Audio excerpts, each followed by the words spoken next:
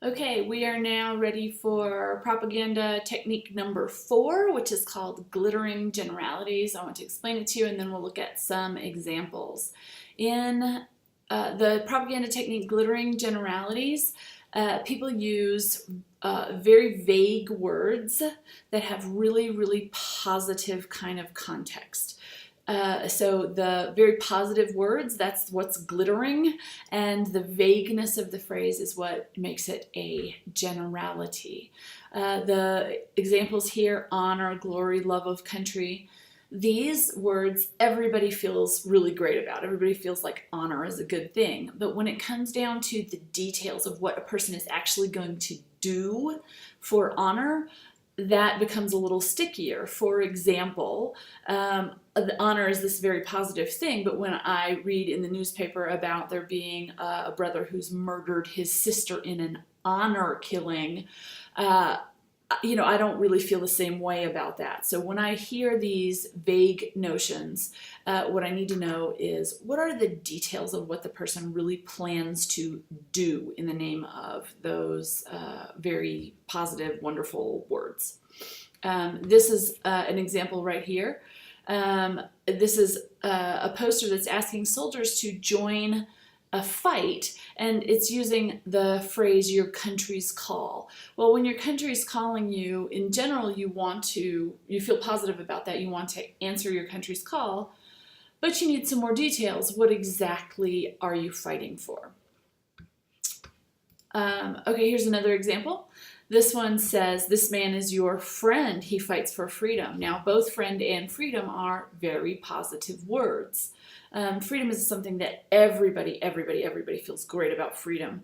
But when we come down to the specific details of what it means to be in favor of freedom, that actually really varies from person to person and from specific incident to a different specific incident. So in this case, all I can really tell that this guy's doing is playing the bugle, but presumably as a soldier he could do a lot of things that I didn't approve of at all. So just saying that he's doing them for freedom is not enough information for me to know if I support his actions or don't support his actions.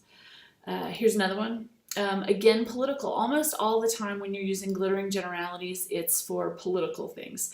Often used in campaigns or to sway the feeling of the public in order to support a certain policy by the government. So here we have some more very vague words: country, safety, prosperity, peace. Well, if you go and you ask 100 people, how do you feel about peace? 100 of them are going to say, well, I think peace is very good.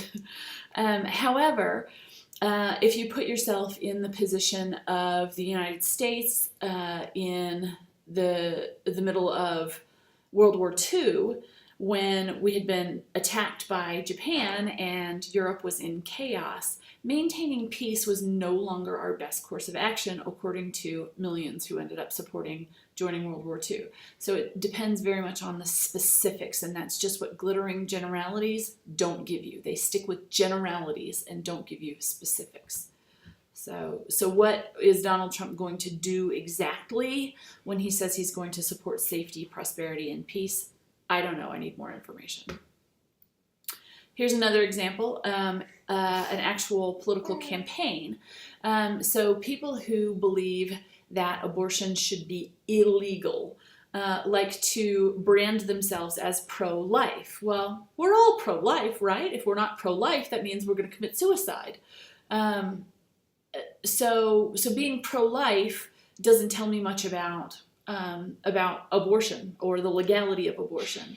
And for example, there might be very many ways to be pro-life that don't have to do with the legality of abortion. But this word pro-life is something that people feel really positively about. On the flip side, just to show you how this is clearly a glittering generality, the opposite camp, people who believe that abortion should be legal, do not call themselves pro-abortion. They refer to themselves as pro-choice. They certainly don't brand themselves as anti-life, but they do brand their opponents, people who are pro-life, as anti-choice. Okay, so choice is something that we feel positively about, and life is something that we feel positively about, and yet these two things are set up as being opposite to each other, and you can't support both.